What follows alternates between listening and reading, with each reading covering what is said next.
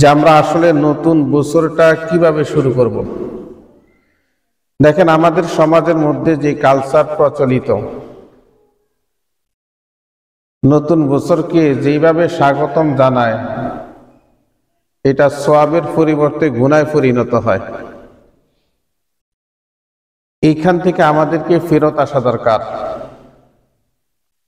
একটা জাতি গুনাহ করতে করতে যখন গুনাহের চরম সীমার মধ্যে চলে যায়, অন্যায় করতে করতে যখন অন্যায়ের চরম সীমায় চলে যায়, তখন কিন্তু আল্লাহ ধরেন ইন্না বাতশা রাব্বিকা লাশাদীদ।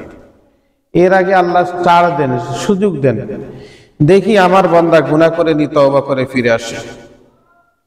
কিন্তু যখন এক সময় আমরা ফিরত আসি না, তখন আল্লাহ আমাদেরকে ধরে, তখন আমরা বলি আল্লাহ আমাদেরকে এত মহা বিপদের মধ্যে ফালাইলো।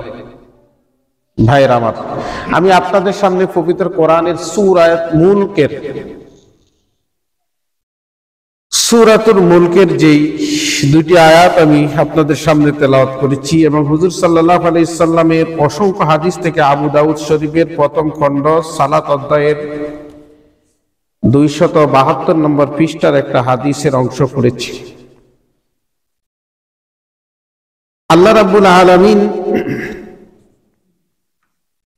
আল্লাহর হাবিব সাল্লাল্লাহু আলাইহি ওয়াসাল্লামকে জীবনের দিক নির্দেশনা দিয়েছেন যে জীবনটা আপনি শুরু করবেন কি দিয়া। রাসূল সাল্লাল্লাহু আলাইহি ওয়াসাল্লামের মক্কা জীবনের আমরা জানি 13টি বছর তিনি মক্কা জীবনে কাটিয়েছেন তাওহীদের দাওয়াতের মাধ্যমে। কোরআন নাজিল হওয়ার পর 13 বছর আল্লাহ রাসূল সাল্লাল্লাহু আলাইহি সাল্লাম মক্কায় কাটাইছেন। এই 13 বছরের শুরুতেই আল্লাহ পাক আল্লাহর হাবিব সাল্লাল্লাহু আলাইহি সাল্লামকে বলেছেন ইকরা, মানে পড়ো, পড়তে হবে। যে কথাটা আল্লাহ পাক পবিত্র কোরআনের সূরা আলাকের মধ্যে বলেছেন ইকরা বিসমি রাব্বিকাল্লাযী খালাক খালাকাল ইনসানা মিন আলাক ইকরা ওয়া রাব্বুকাল আকরাম الذي علم بالقلم علم الإنسان ما لم يعلم। আল্লাহ পাক এখানে আল্লাহর হাবিব সাল্লাল্লাহু আলাইহি সাল্লামকে বলছেন তুমি পড়ো। আমাদের নবী কি বলছেন? আমি পড়তে পারি না।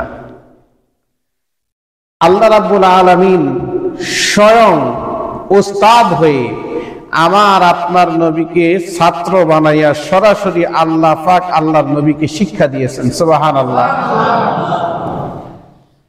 এখন আল্লাহ পাক কেন উস্তাদ হলেন? কারণ ছাত্র এবং শিক্ষকের মধ্যে দামি কে? উস্তাদ, যিনি শিক্ষক, যিনি শিক্ষা দেন। এখন আল্লাহর হাবিবের উপরে দুনিয়ার জমিনে তো আর কেউ নেই। ফেরেশতা কুল হইছে এরপরে।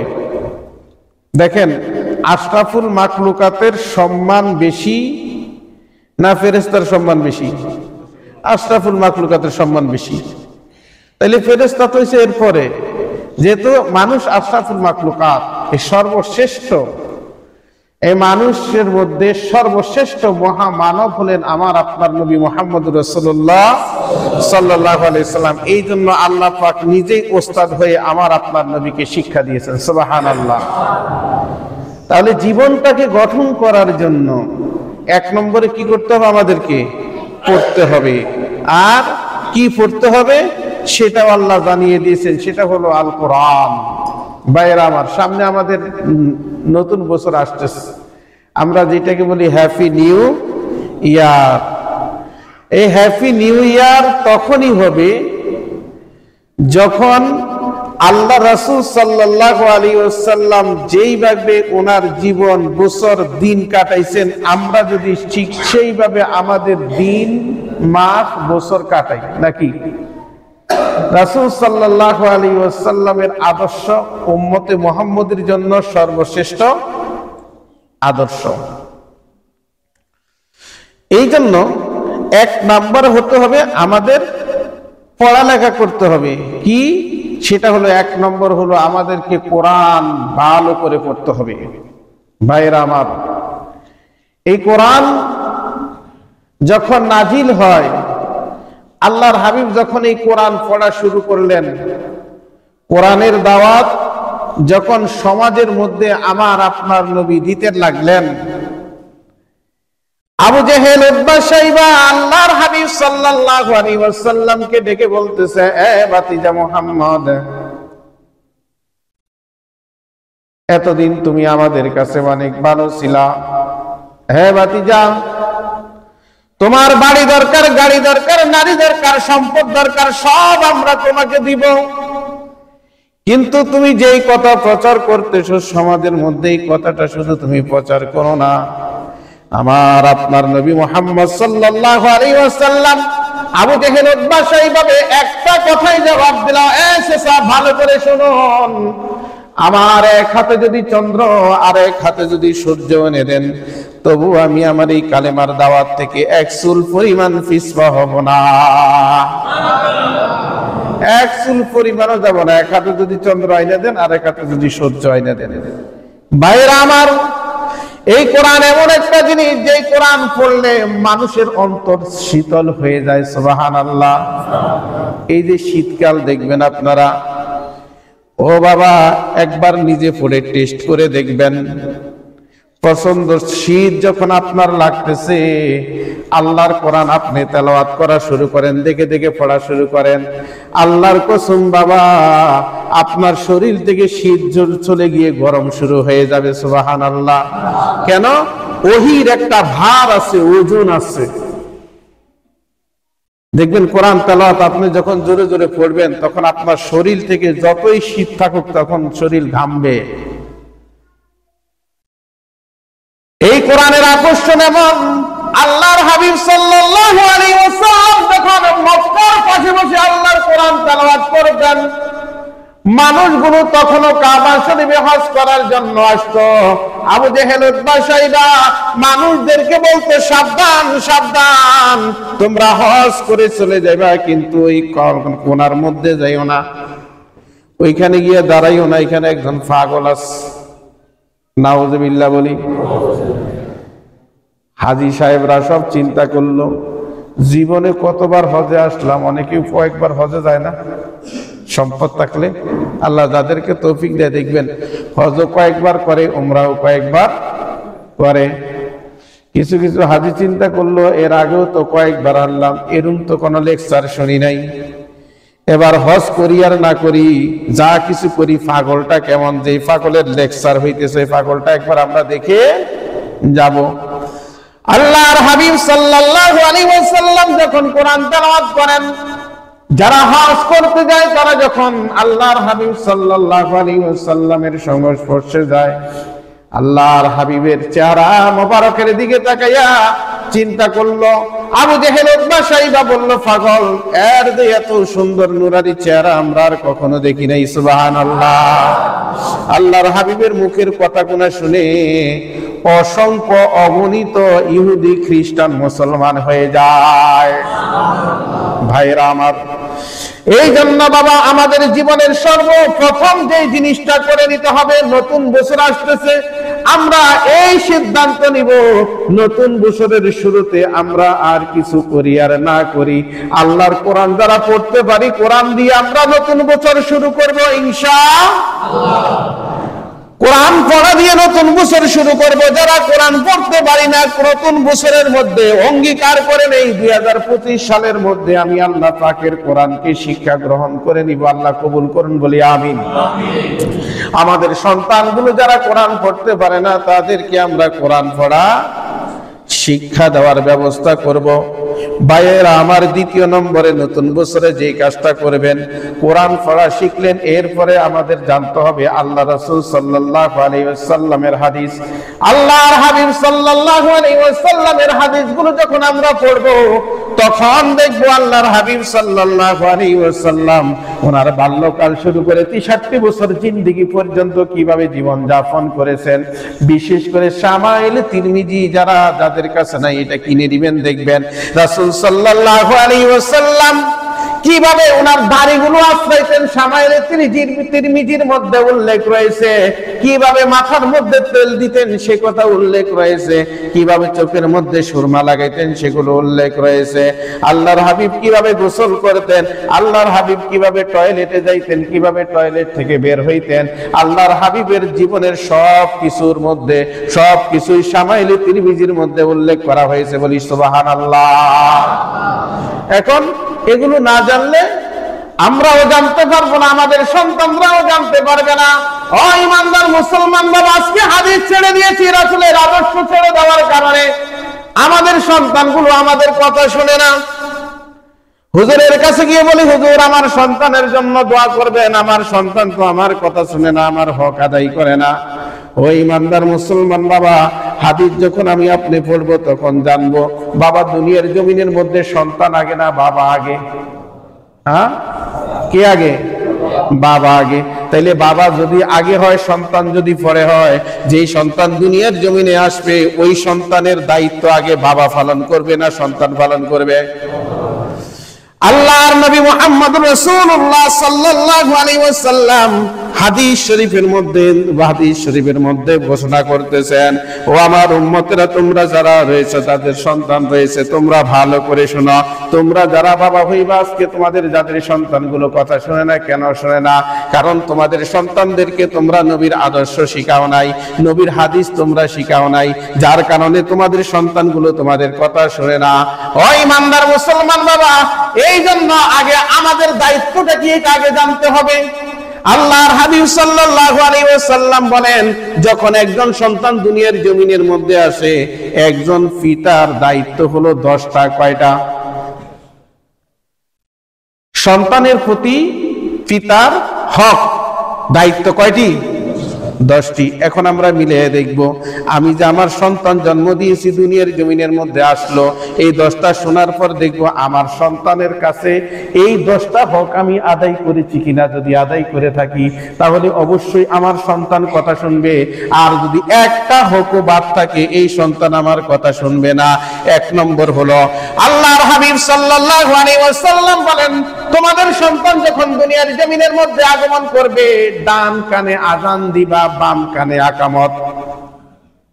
ডান কানে আযান দিবা, বাম কানে আকামত। ছেলে হোক মেয়ে হোক, দুইজনকেই এই জিনিসটা কিন্তু শোনাইয়ে দিতে হবে। ডান কানে আযান শোনাইতে হবে, বাম কানে কি শোনাইতে হবে? মনে থাকবে সবার? যাদের সন্তান হয়ে গেছে, যারা করছেন আলহামদুলিল্লাহ, যারা করেন নাই আল্লাহর কাছে ক্ষমা চাইবেন যে আল্লাহ ভুল হয়ে গেছে গা।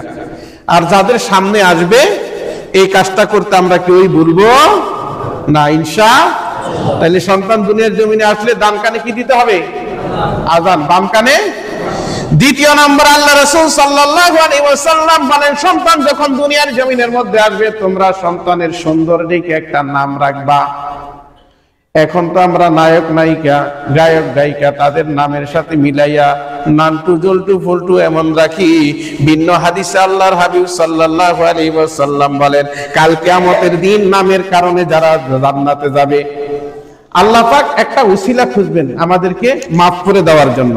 তো নামের কারণে যারা জান্নাতে যাবে, 2টা নাম যাদের থাকবে এদেরকে আল্লাহ আগে দিবেন। কয়টা নাম? 2টা নাম। একটা হলো আল্লাহর হাবিব সাল্লাল্লাহু আলাইহি ওয়াসাল্লাম ভিন্ন হাদিসের মধ্যে বলেন, আল্লাহর কাছে 2টা নাম সবচেয়ে বেশি প্রিয়। কয়টা নাম? একটা হলো আব্দুল্লাহ আর একটা হলো আব্দুর রহমান। সুবহানাল্লাহ বলি। একটা কি? আব্দুল্লাহ, আর একটা কি? আব্দুর রহমান। আব্দুল্লাহ ভাই কিন্তু আব্দুর রহমান, এই নামটা রাখার ক্ষেত্রে একটু সতর্ক থাকতে হবে। ও ইমানদার মুসলমান বাবা, আমাকে যদি কোনো লোক দাওয়াত দিয়ে নিয়ে যায়, হুজুর আমার ছেলের নাম আব্দুর রহমান রাখলাম, আব্দুল খালেক রাখলাম, তখন আমি জিজ্ঞেস করি পুরা নাম ধরে ডাকবেন তো? দেখবেন যাদের নাম আব্দুর রহমান রাখে, কয় এই রহমান এদিকে আয়, বলে কি বলে না? এটা বলা যাবে না, শিরক। দেখবেন নাম হচ্ছে আব্দুর রহিম, কয় রহিম এদিকে আসো। নাম হচ্ছে আব্দুল করিম, কি বলে? খালি করিম বলে ডাকে। এই জন্য এই ধরনের নাম যেগুলো আছে ফুল নাম ধরে ডাকতে হবে, না হলে গুনাহ হবে। আব্দুর রহমান আব্দুর রহমানই ডাকতে হবে, আব্দুল করিম আব্দুল করিমই ডাকতে হবে, আব্দুল খালেক আব্দুল খালেকই ধরে ডাকতে হবে, খালি খালেক বলে ডাকা যাবে না। মনে থাকবে সবাই আমাদের? তাহলে নামের কারণে যারা সর্বপ্রথম জান্নাতে চলে যাবে তারা হলো আব্দুল্লাহ এবং আব্দুর রহমান। এরপরে আল্লাহ রাব্বুল আলামিন দেখবেন বান্দারে আর কোন প্রকার মাফ করা যায় না। আল্লাহ দেখবেন ইসলামী নাম কাদের কাদের আছে, সুবহানাল্লাহ বলি। ইসলামী নাম যাদের মধ্যে আছে আল্লাহ রাব্বুল আলামিন তার এমন কিছু বান্দাকে আল্লাহ রাব্বুল আলামিন মাফ করে দিবেন। এই জন্য আল্লাহর হাবিব বলেন, তোমাদের সন্তান দ্বিতীয় নম্বরে যখন দুনিয়ার জমিনের মধ্যে আসবে সুন্দর একটা তোমরা নাম রাখবা। 3 নম্বরে বাবা মার দায়িত্ব হলো সন্তান যখন দুনিয়ার জমিনে আসবে সপ্তম দিনের দিন তোমরা সন্তানের আকিকা করবা।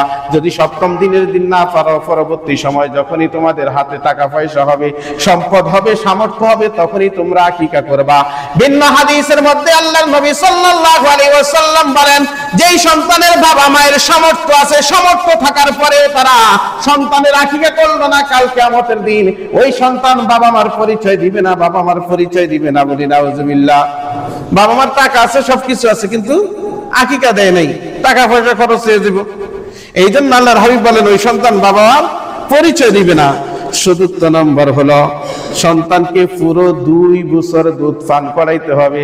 এখন মা একটু মায়ের শরীর স্বাস্থ্য নষ্ট হয়ে যাবে বলে দুধ খাওয়ায় না, বুকের দুধ খাওয়ায় না, ল্যাকটোজেন 1-2 খাওয়ায়, আছে না নাই? অথচ আল্লাহর হাবিব বলেন না, আল্লাহ কোরআনে বলেছেন তোমরা তোমাদের সন্তানদেরকে পূর্ণ 2 বছর দুধ খাওয়াও। কয় বছর? 2 বছর খাওয়াইতে হবে। এখন 2 বছর কি জন্মের দিন থেকে দুধ খাওয়ায় না, তাহলে এই সন্তান মার লাগা মায়া থাকবো? যে সন্তান 10 মাস 10 দিন পেটে রাখার পর কষ্ট করে দুনিয়ার জমিনে আনলো, এই সন্তানকে বুকের দুধ খাওয়া না, কোলের মধ্যে রাখে না, দেখবেন আলাদা দোলনা কিনা দোলনার মধ্যে রাখে, আছে না নাই? তাহলে এই সন্তান মার কথা কেমনে শুনবে? অথচ আল্লাহর হাবিব বলেছেন যে তোমাদের শিশু সন্তানগুলোকে তোমরা পুরা কয় বছর দুধ খাওয়াইবা? 2 বছর। 5ম নম্বর হলো সন্তান লালন পালনের সমস্ত ব্যয়ভার তার পিতামাতার করতে হবে। সন্তান লালন পালনের সমস্ত ব্যয়ভার কার করতে হবে? 6ষ্ঠ নম্বরে আল্লাহর নবী বলেন, যাদের কন্যা সন্তান আছে তারা তোমাদের কন্যা সন্তানের পিছনে ব্যয় করার ক্ষেত্রে খুব গুরুত্ব দিবা। অনেকে কন্যা সন্তান জন্মগ্রহণ করলে মনটা খারাপ করে, আছে না নাই? হ্যাঁ, কন্যা সন্তান হয়েছে, মেয়ে হয়েছে, মনটা খারাপ করে। অথচ আল্লাহর হাবিব সাল্লাল্লাহু আলাইহি ওয়াসাল্লাম বলেন, যেই ঘরে কন্যা সন্তান জন্মগ্রহণ করে ওই ঘরে আল্লাহর রহমত নাজিল হয়। সুবহানাল্লাহ। একটা হাদিসও কেউ দেখাইতে পারবে না যেই ঘরে পুরুষ জন্মগ্রহণ করে সেই ঘরে রহমত নাজিল হয়। অথচ যেই ঘরে কন্যা সন্তান জন্মগ্রহণ করে সেই ঘরে কি নাজিল হয়? রহমত নাজিল হয়। দেখবেন আল্লাহ পাক মেয়েদেরকে এত সম্মান দিয়েছেন। কোরআন শরীফের সূরা কয়টা? 114টি। এর মধ্যে একটা সূরাই আছে মহিলা। কি সূরা? মহিলা, সূরাতুন নিসা। কোরআন শরীফে পুরুষ নামে কোন সূরা আছে? রিজাল, রাজুলুন এমন কোন সূরা আছে? নাই। তাহলে কত সম্মান দিয়েছে। মহিলার নামে আল্লাহ পাক পুরো সূরা নাযিল করে দিয়েছেন। সুবহানাল্লাহ। তাইলে 6ষ্ঠ নম্বর হলো কন্যাদের পিছনে যখন তোমরা খরচ করবা পুত্রের চাইতে বেশি গুরুত্ব দিবা, তারা যাতে কোনো প্রকারে অবহেলিত না হয়। 7ম নম্বর হলো ধর্মীয় শিক্ষা দিবা। এখন আমি মুসলমান, আমার ধর্মীয় শিক্ষার মধ্যে 1 নম্বর শিক্ষা হলো কোরআন। 1 নম্বর শিক্ষা কি? কোরআন। ধর্মীয় শিক্ষা যেই সন্তানের মধ্যে থাকবে ওই সন্তানের বাবা মা বৃদ্ধাশ্রমে যাবে না। দেখেন বৃদ্ধাশ্রম গুলা খোঁজ নিয়ে দেখেন, কোন মসজিদের ইমাম সাহেব বৃদ্ধাশ্রমে আছে? কোন মাদ্রাসার মুহতামিম সাহেবের বাবা মা আছে? তাইলে আছে কার? বলেন তো। BA পাস, MA পাস, ভালো পদে চাকরি করে, কোটি কোটি টাকার মালিক, এমন সন্তানের বাবা মা বৃদ্ধাশ্রমে আছে না নাই? তার মানে বোঝা গেল তার মধ্যে ধর্মীয় শিক্ষা নাই। যদি ধর্মীয় শিক্ষা থাকতো তাহলে সে কখনো তার বাবা মাকে বৃদ্ধাশ্রমে দিত না। কারণ সে ধর্মীয় শিক্ষা যদি শিক্ষা গ্রহণ করত, আল্লাহর নবী বলেন তোমাদের পিতামাতা তোমাদের জান্নাত, তোমাদের পিতামাতা তোমাদের জাহান্নাম। ভিন্ন হাদিসে বলে কোন সন্তান যদি নেক দৃষ্টিতে তার মা বাবার চেহারার দিকে একবার তাকায়, আল্লাহ পাক তার আমলনামায় একটা কবুলিয়ত হজের সওয়াব লিখে দেয়। 10 লাখ, 5 লাখ, 7 লাখ টাকা করে হজ করে আসে, হজ কবুল হয় কিনা জানি না, কিন্তু বাবা মার চেহারার দিকে নেক দৃষ্টিতে তাকাইলে কবুলিয়ত হজের সওয়াব, সুবহানাল্লাহ। তাইলে আমাদের সন্তানগুলোকে আমরা ধর্মীয় শিক্ষা দিব, রাজি আছি তো ইনশাআল্লাহ। ভাইরা আমার, নতুন বছর আসতেছে, এই সিদ্ধান্ত নেন যে আমার সন্তানকে যদি আমি নেককার সন্তান হিসাবে দুনিয়ার জমিনে রেখে না যাই, আর যদি এমন করে রেখে যাই 12টা 1 মিনিট যখন বাজবে ডিজে গান চলবে, নাচ গান করবে, খিচুড়ি রানবে, খাইবে, আল্লাহর পাক বলেন কবরের মধ্যে তুই আয়, তোর বাবা মাও আসুক, এরপরে বুঝাবো মজা ডিজে গান বাজানো। দেখবেন আমাদের সমাজটা এখন এমন হয়ে গেছে যে এই যে 31 তারিখ আসতেছে না, রাইতে আশেপাশের শব্দের চোটে আমাদের ঘুম ভেঙে যাবে। যারা আগে ভাগে ঘুমাবেন দেখবেন ঘুম ভেঙে যাবে। ভাইরা আমার, এগুলো হলো আল্লাহ পাকের একটা গজব, যে আল্লাহ পাক বলেন দেখি না আমার বান্দা এরপরও সংশোধন হয় কিনা। যদি সংশোধন না হয় আল্লাহ বারবার সুযোগ দেন। আর যখন আল্লাহ ধরেন ইন্না বাতশা রাব্বিকা লাশাদীদ, সীমা অতিক্রম করে ফেলেছ, এখন আর খাবারের টাইমও, খানার টাইম দিবেন আল্লাহ, যে খানা খাইয়ে যাইবে আরেক জায়গায়, সেই সুযোগ নাই। ইন্না বাতশা রাব্বিকা লাশাদীদ, আমি আল্লাহ পাক যখন ধরবো আমার ধরা হলো শক্ত ধরা। আল্লাহর ধরা কি ধরা? শক্ত ধরা। তাহলে 7 নম্বর হলো আমরা আমাদের সন্তানদেরকে ধর্মীয় শিক্ষা দিব। সর্বপ্রথম আমরা কোরআনী শিক্ষায় শিক্ষিত করব। 8 নম্বর, সন্তানদের সাথে ভালো ব্যবহার করতে হবে। আপনি সব সময় সন্তানের সাথে খারাপ ব্যবহার করবেন, দেখবেন এই সন্তান এক সময় আপনার বিরুদ্ধে চলে যাবে। যে যখনই বাবার কাছে যাই, মার কাছে যাই, মা তো আমার সাথে ভালো ব্যবহার করে না। এই জন্য আল্লাহর হাবিব বলেন তোমরা তোমাদের সন্তানের সাথে ভালো ব্যবহার করো। 9 নম্বর হলো সব সন্তানদের প্রতি সমতা বজায় রাখতে হবে। একটারে একটু বেশি ভালোবাসা আর একটারে একটু কম ভালোবাসা, আছে না নাই?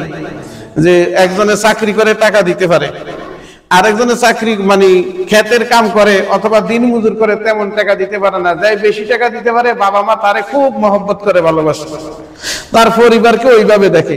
আর যাই টাকা দিতে পারে না তাকে তেমন ভালোবাসে না, তার পরিবারকে দিয়ে সব কাম কাজ করায়, যে তোর জামাই তো কামাই করে না। এই জন্য আল্লাহর হাবিব বলেছেন তোমরা সমঝোতা বজায় রাখবে তোমাদের সন্তানদের ক্ষেত্রে। 10 নম্বর, তোমাদের সন্তানদের যখন বিবাহের সময় হবে, উপযুক্ত হবে, তখন বিবাহ করায় দিবা। সুবহানাল্লাহ বলি। এখন যুবক ভাইরা খুশি যে হুজুর বিয়ের বয়স হয়েছে, মা বাবা তো বিয়ে করায় না, করাবে ইনশাআল্লাহ, যদি আপনারা সঠিকভাবে থাকেন। কারণ দেখবেন একজন যুবকের যখন বিবাহের বয়স হবে, বিবাহ যদি না করান তার গুনাহ করার সম্ভাবনা আছে না নাই? খুবই মারাত্মক জিনিস। কেন আল্লাহর হাবিব এটা হাদিসের মধ্যে বলেছেন, তোমাদের সন্তানগুলো যেগুলো বেটা মানুষ, পুরুষ মানুষ, বিবাহের উপযুক্ত হলে তোমরা তাদেরকে বিবাহ করিয়ে দাও, গুনাহ থেকে বাঁচাও। মেয়ে যখন বিবাহের উপযুক্ত হবে তাদেরকে তোমরা বিবাহ দিয়ে দাও। এই 10টা হলো বাবা মার হক। এই 10টা কার হক? এবার আমরা মিলাই এই 10টার মধ্যে সবটি আমরা কি পালন করছি কিনা। যদি না করি চেষ্টা করব ইনশাআল্লাহ করার জন্য। বলেন ইনশাআল্লাহ। যদি 10টা হক আদায় করেন আপনার সন্তান কখনো অন্যায় কাজ করবে না, অপরাধ করবে না। ভাইরা আমার, যে সন্তান গুনাহের কাজের মধ্যে লিপ্ত হয়, অন্যায় অপরাধ করে, বাবা মা কবরে যাওয়ার পর ওই গুনাহের একটা অংশ বাবা মার কবরের মধ্যে চলে যায়। এই জন্য আমরা যাতে আমাদের সন্তানগুলোকে নেককার সন্তান হিসাবে দুনিয়ার জমিনের মধ্যে রেখে যেতে পারি, বলি আমিন। এবার আসুন আমি বলবো যে বাবা মার কথা তো বললাম, যারা সন্তান আছি আমরা, আমাদেরও বাবা মার প্রতি হক আছে না নাই? এলা আমাদের বাবা মা, এখানে আমরা যারা আছি একটু হাত তুলি তো, কাদের কাদের বাবা মা আছে? আছে আলহামদুলিল্লাহ। দেখছেন অনেক বেশি, হাত নামান, আলহামদুলিল্লাহ বলি। একটা নিয়ামত আপনার ঘরের মধ্যে আছে। কি আছে? কত বড় নিয়ামত! ও ভাই, আপনি বুঝতে পারবেন না। এই যে জুমার নামাজ পড়ে যখন বাড়িতে যাবেন, মার দিকে বাবার চেহারার দিকে একটু মায়ের দৃষ্টিতে তাকাইলে একটা হজের সওয়াব। 10 লাখ টাকা খরচ করেন, হজ করে কবুল হবে কিনা জানি না, কিন্তু জুমার নামাজ পড়ে যায় একবার তাকাইয়েন। মারে জড়ায় ধরেন, বাপেরে জড়ায় ধরবেন, সালাম দিবেন। দেখবেন আপনি যখন সালাম দিবেন আপনার মা বাবা অন্তর থেকে তাদের অন্তরটা শীতল হয়ে যাবে যে আমার সন্তানটা কত ভালো। আপনি যখন নামাজে আসতেছেন 5 ওয়াক্ত নামাজ পড়বেন, দেখবেন আপনার বাবা মা আপনাকে অনেক মহব্বত করবে, অনেক ভালোবাসবে। তো এই বাবা মার জন্য আমি আপনাদেরকে বলি, একজন সন্তানের প্রতি এই বাবা মার হক হলো, বাবা মা তার প্রতি পাবে 14টা। কয়টা? বাবা মার সন্তানের প্রতি হক হইল 10টা, আর বাবা মার প্রতি সন্তানের হক হইল কয়টা? 14টা। এর মধ্যে 7টা হলো মৃত্যুর আগে। 7টা কখন?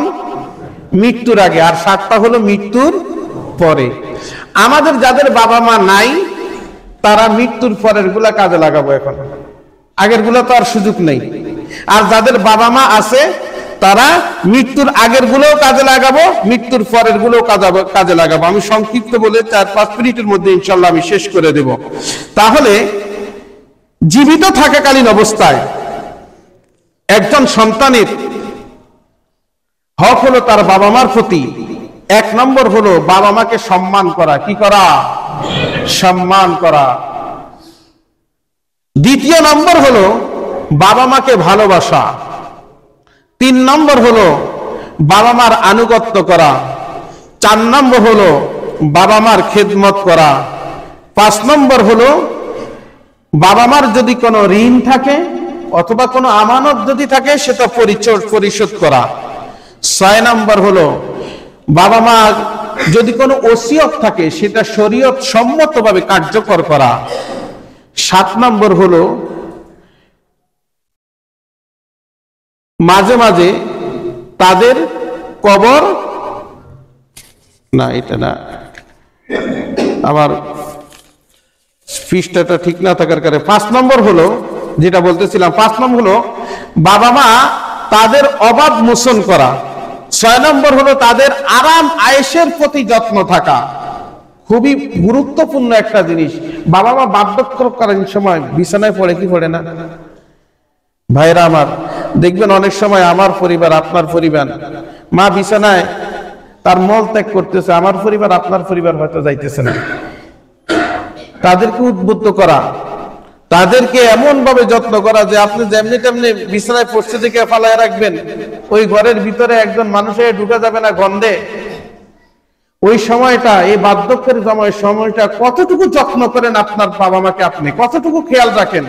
এখন আপনার বাপ মা বিছনা থেকে উঠতে পারে না, যা কিছু করে বিছনার মধ্যে করে। আপনি একবার চিন্তা করেন, আপনি এমন একটা সময় গেছে যে সময় বিছনার মধ্যে পড়তা পায়খানা করছি কিনা। শুধু তাই নয়, মা আমাকে আপনাকে কোলে করে খাইতে বসছে, মা লোকমা মুখে দিছে, এমন সময় মায়ের কোলে পায়খানা করে দিছি। মা কি আমাকে ফালাই দিছে কোল থেকে? এরপরে খাইছে না, মা ঠিকই আমাকে আপনাকে কোলের মধ্যে রেখে খানাটা শেষ কইরা। অথচ দেখেন ওই টাইমে আমরা যারা পুরুষ আছি একটু খেয়াল করে দেখবেন, আমি অনেক সময় দেখেছি ছোট্ট বাচ্চা যখন মার কোলে পায়খানা করছে, এটা যখন পাশের থেকে বাবা গন্ধ পাইছে, বাবা বসার থেকে উঠে গেছে। ছোট ভাই বোন থাকলে তারা না এখানে বসে খাওয়া যাবে না, মা কিন্তু উঠে নাই, মা কোলে রাইখাই বাকি খানা শেষ করে হাত দিয়ে এরপর তাকে পরিষ্কার করছে। অথবা মা ওই সময় দেখছে যে খানা খাইতে খাইতে অনেক সময় লাগবে, সুতরাং মা হাতটা ধুইয়া আগে সন্তানকে পরিষ্কার করছে, আবার কোলে করে পরবর্তী বাকি খানা খাইছে। সুবহানাল্লাহ। এই জন্য বার্ধক্যের সময় বাবা মার যত্নের ব্যাপার আমরা খেয়াল রাখবো ইনশাআল্লাহ। 7 নম্বর হলো মাঝে মাঝে তাদেরকে দেখতে যাওয়া। অনেক সময় বাবা মা দূরে থাকে কি থাকে না, আপনি যদি যাইতেও না পারেন আপনি ফোন লাগান, যেহেতু মোবাইলের যুগ, মা কেমন আছো, বাবা কেমন আছো। আল্লাহ পাক আমাদেরকে এই 7টা হক আদায় করার তৌফিক দান করুন বলি আমিন।